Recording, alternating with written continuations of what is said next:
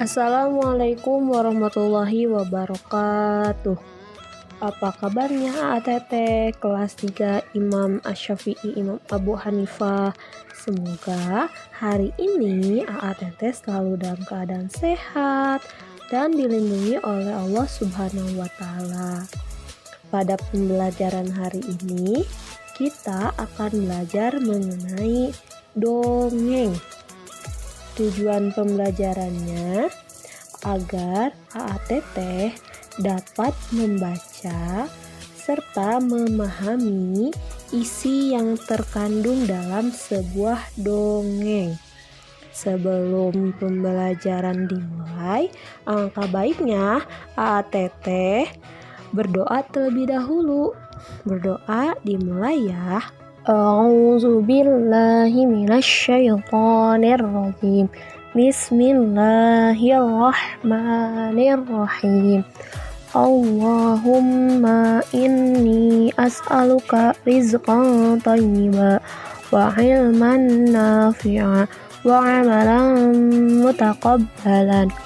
Rabbi zidni 'ilman warzuqni fahman. Ya Allah, sesungguhnya aku memohon kepadamu rezeki yang baik dan ilmu yang bermanfaat serta amal yang diterima. Ya Allah, tambahkanlah aku ilmu dan rezeki kepahaman.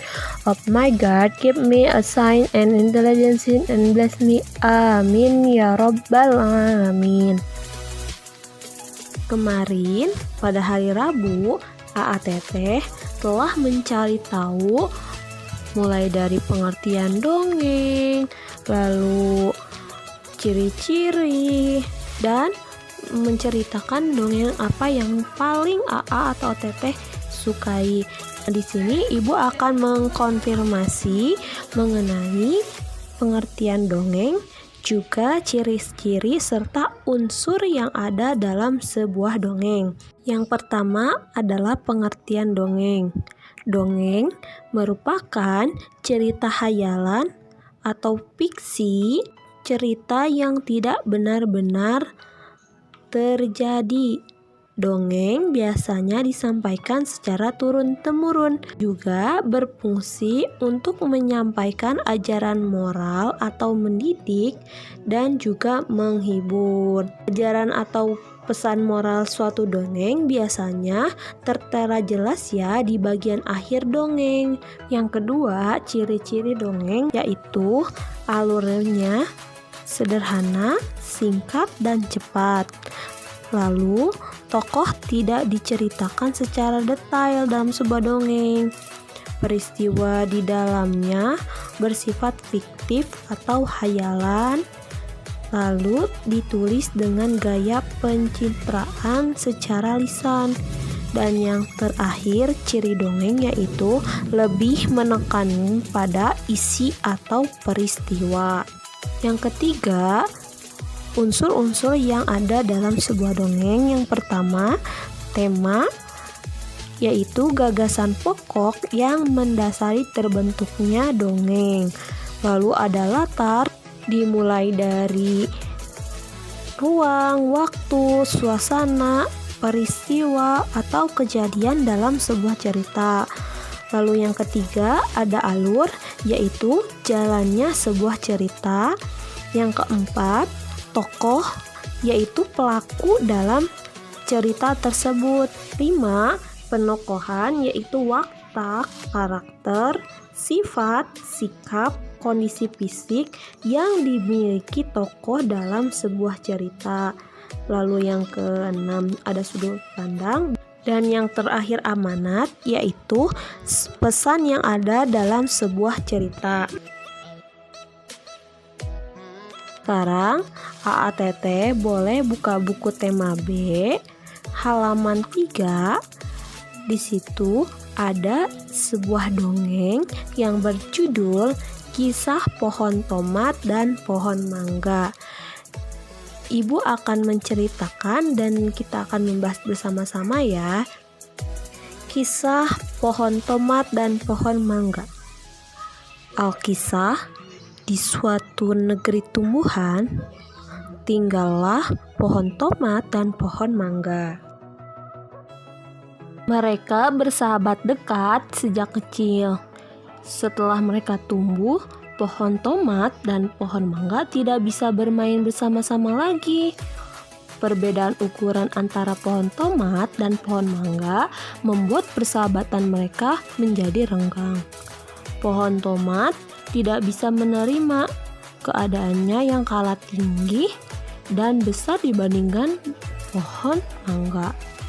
Dia merasa bahwa Tuhan tidak adil. Dia ingin tinggi dan besar seperti pohon mangga. Pada suatu hari, pohon tomat menyadari ada buah-buah kecil yang tumbuh di ujung ranting-rantingnya. Hari berganti hari. Pohon tomat akhirnya berbuah dengan lebat. Dengan bangga, pohon tomat memamerkan buahnya kepada pohon mangga. Pohon mangga yang belum memiliki buah satu pun merasa sedih dan iri. Akhirnya, pohon tomat memiliki buah yang ranum dan siap dipetik. Semua buah di pohon tomat dipetik oleh manusia tanpa menyisakan satu buah pun. Pohon tomat merasa bangga dan senang karena dirinya telah memberikan manfaat bagi manusia. Tiba-tiba, pohon mangga mendengar berita yang menyedihkan. Pohon tomat, sahabat karibnya, telah mati. Pohon mangga penasaran, lalu bertanya kepada pohon beringin, pohon tua yang bijaksana. Pohon tomat memang cepat menghasilkan buah, namun usianya hanya sampai dia berbuah. Setelah dipanen buah-buahnya, maka pohon tomat akan mati.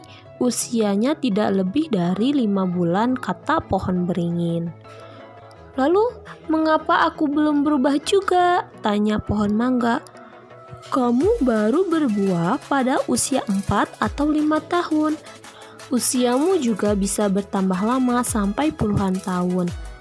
Kamu harus bisa menerima dirimu apa adanya. Pohon mangga, tetaplah pohon mangga. Begitu juga dengan pohon tomat, tetaplah pohon tomat. Terang pohon beringin.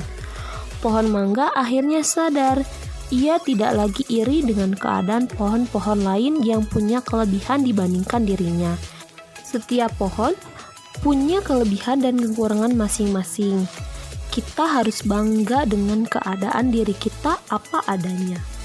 Itulah akhir dari kisah pohon tomat dan pohon mangga. Sekarang kita akan menjawab pertanyaan yang ada di bawahnya ya, pada halaman 4. ATT boleh siapkan buku dan alat tulisnya ya. Pertanyaan nomor 1. Siapa tokoh dalam dongeng di atas? Jawabannya ada 3 ya tokoh dalam cerita di atas, yaitu pohon mangga, pohon tomat, dan juga pohon beringin. Nomor 2, siapa yang berbuah lebat dari cerita tersebut? Jawabannya adalah pohon tomat. Soal nomor 3, bagaimana sikap pohon mangga melihat pohon tomat yang dapat berbuah lebat? Jawabannya, pohon mangga merasa sedih dan iri kepada pohon tomat. Soal nomor 4, kapan pohon mangga baru berbuah? Jawabannya, pohon mangga dapat berbuah pada usia 4 atau 5 tahun. Dan soal yang terakhir, apa pesan moral yang dapat diambil dari dongeng di atas? Jawabannya, kita tidak perlu merasa iri, kecil hati, dan sedih terhadap seseorang. Karena setiap diri individu memiliki kelebihan dan kekurangannya masing-masing. Jadi kita harus bersyukur dan bangga dengan diri kita. Pembelajaran mengenai dongeng telah selesai ya.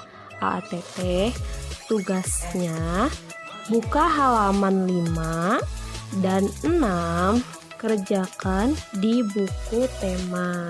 Pembelajaran hari ini cukup sekian. Jangan lupa jaga kesehatan ya, AATT. Kita baca hamdalah bersama-sama ya. Alhamdulillahirabbil alamin.